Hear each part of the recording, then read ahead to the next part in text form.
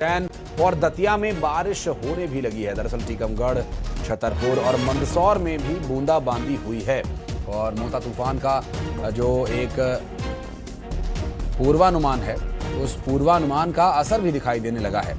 मध्य प्रदेश में कई जगहों पर बारिश हुई है।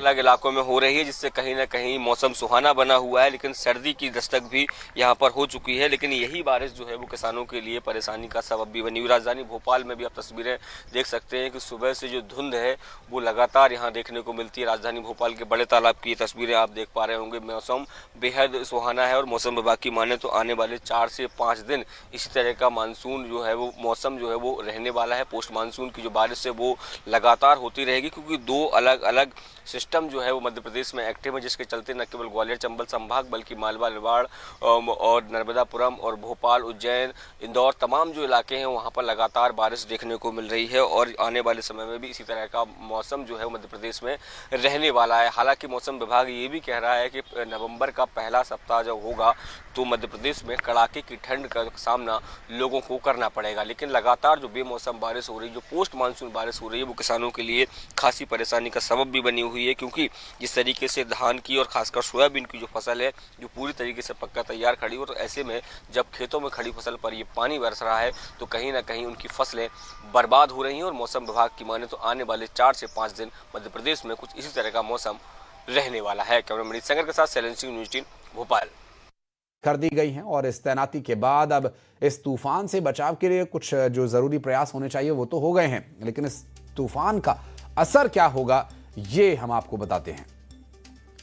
दरअसल काकीनाडा के 269 निचले इलाकों में लगातार प्रशासन अनाउंसमेंट के जरिए लोगों से समंदर से दूर रहने की अपील कर रहा है, सुरक्षित जगह पर जाने की अपील कर रहा है। कई लोगों को प्रशासन सुरक्षित जगहों पर पहुंचा चुका है। एनडीआरएफ और एसडीआरएफ की कई टीम्स तूफान के वक्त और हालात को काबू में रखने के लिए तैनात की गई हैं। 4 तस्वीरें इस वक्त हम आपको दिखा रहे हैं जहां पर तूफान से पहले की स्थिति क्या है यह आप इन तस्वीरों में देख सकते हैं।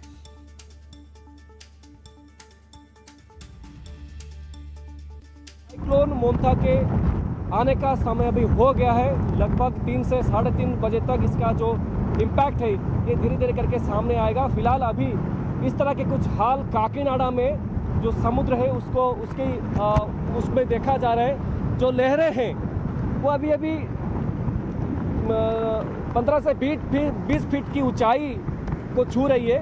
हम तो 2 दिन से काकीनाडा में हैं, ये हाल पहले नहीं था। कल शाम तक भी सिचुएशन कुछ ठीक था, मगर जितना नज़दीक आ रहा है लैंडफॉल का समय, वो जो वक्त, उसी हिसाब से समुद्र की जो लहरें हैं उसी हिसाब से वो अपना रुख को चेंज भी कर रही है। फिलहाल अगर हम इस तट की बात करें, इस तट को नो मैन्स लैंड के रूप में परिवर्तित किया गया है और किसी को भी यहाँ आने की अनुमति नहीं है, सिर्फ मीडिया पर्सन और पुलिस वाले आ रहे हैं। अगर हम दूर तक देखें, जो नाव है, मछुआरों के जो नाव है, उन सब की जो वो नाव को भी ऊपर ले लिया गया था, मगर अभी समुद्र की लहरें हैं ना जो वो नाव को भी टकरा रही है। ये तो कुछ भी नहीं है, नाव को टकरा कर तट की ओर बढ़ रही है समुद्र की लहरें। और यहीं जहां हम कोस्ट में हैं, समुद्र के तट पे हैं, जो सड़क है, रोड है, गई है और उस रोड तक भी ये हवा की रफ्तार से ये जो फोर्स है पानी का, ये अंदर भी जा सकती है और जा भी रही है। आंध्र प्रदेश सरकार ने इस साइक्लोन का मुकाबला करने के लिए अपनी तरफ से पूरी तैयारी कर रखी है। फिलहाल लगभग 20,000 की संख्या में लोगों को सिर्फ काकीनाडा में इवैक्यूएट किया जा चुका है, जो कि झोपड़ियों में रहते थे, जो कि लो लाइन एरिया में रहते थे, उनको सब इवैक्यूएट किया गया है और उनको शेल्टर में रखा गया है। उनके खाने पीने का सब सामान वहाँ पे मुहैया किया गया है। फिलहाल अभी बारिश भी शुरू हो गई है और ये लैंडफॉल का अगर टाइम की बात करें तो लगभग शाम के 6:30-7 बजे से लेके रात के 12 बजे तक ये लैंडफॉल का प्रोसेस जो प्रक्रिया है वो जारी रहेगा। मगर अभी से इसका इम्पैक्ट पड़ना शुरू हो चुका है और समुद्र में भारी बारिश की वजह से और हवा की रफ्तार की वजह से हवाएं जो है उसकी वजह से लहरें भी ऊंची ऊंची लहरें उठ रही है। और बढ़ते आगे, काकीनाडा के 269 निचले इलाकों में लगातार प्रशासन अनाउंसमेंट के जरिए लोगों से समंदर से दूर रहने के लिए अपील कर रहा है और सुरक्षित जगह जाने की अपील कर रहा है। कई लोगों को प्रशासन ने सुरक्षित जगहों पर पहुंचा दिया है। एनडीआरएफ और एसडीआरएफ की कई टीम्स तूफान के वक्त हालात को काबू करने के लिए तैनात की गई हैं। 3 तस्वीरें इस तूफान के पहले की हम आपको दिखा रहे हैं, जहां समंदर से लहरें उठ रही हैं और मोथा में अब कितने लोग इसकी चपेट में आने वाले हैं, ये देखने का विषय होगा।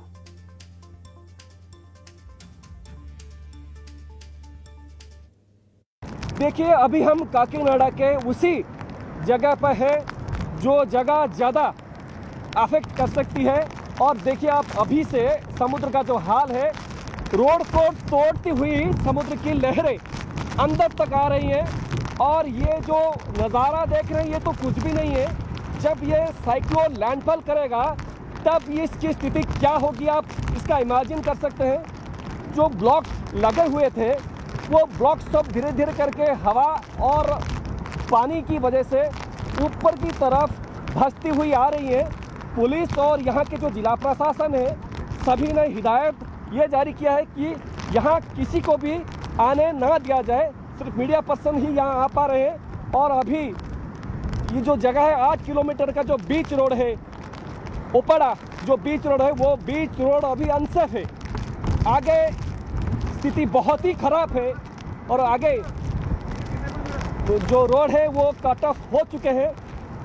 समुद्र का पानी आगे बहुत अंदर तक जा रहा है और देख सकते हैं समुद्र का पानी रिहायशी इलाकों में वो घुस रहा है। अभी ओपड़ा एक गांव है, एक बहुत बड़ा मंडल है और वो गांव अभी पूरी तरह से समुद्र की पानी के घेराव में आ चुका है।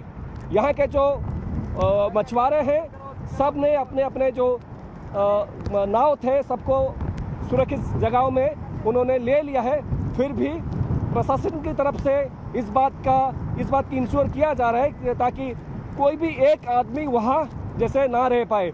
सबको गांव को खाली कर दिया गया और सब लोग यहाँ थोड़ी दूर में लगभग 5 किलोमीटर की दूरी से यहाँ पे है, वहाँ सबको शेल्टर किया जा रहा है। एनडीआरएफ टीम 24 आवर्स के लिए तैनात है और हम इससे पहले 2 दिन पहले हम यहाँ आ चुका हूँ और कल भी हम इस एरिया को विजिट किया हूँ और आज भी इस एरिया को विजिट कर रहा हूँ, जहाँ मुझे लग रहा है कि इस एरिया से इवैक्यूएशन का ज़रूरत है, लोगों को शेल्टर में ले जाने का ज़रूरत है। हम यहाँ पे कैंपेन कर रहा हूँ। तो आज शाम को इस साइक्लोन हिट हो रहा है, पैनिक होने का ज़रूरत नहीं है। हम सर्वदा लोकल प्रशासन के साथ टाई अप में है। इस एरिया का सभी लोगों को मैं यही अपील करूंगा कि अपना सुरक्षित स्थान जो शेल्टर बनाया गया है उस जगह पे पहुंच जाए और लोकल प्रशासन और हमसे कोऑपरेट करें।